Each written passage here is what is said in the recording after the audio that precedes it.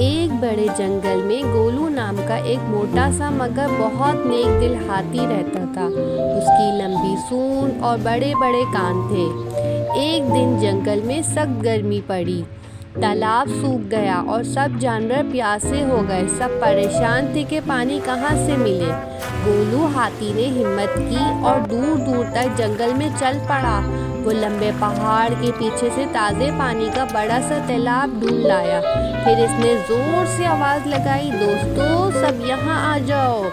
सब जानवर खुशी से तालाब के पास दौड़कर आए। हिरन, ज़ेब्रा, बंदर, खरगोश सब ने खूब पानी पिया और गोलू को दुआएं दी। बंदर ने कहा, अगर गोलू ना होता तो हम सब प्यासे मर जाते। गोलू मुस्कुरा के बोला, दोस्त वही जो मुश्किल वक्त में काम आए। इस कहानी से हमने सीखा कि हमेशा दूसरों की मदद करनी चाहिए। गोलू ने हमेशा जंगल के तमाम जानवरों की हमेशा मदद करी।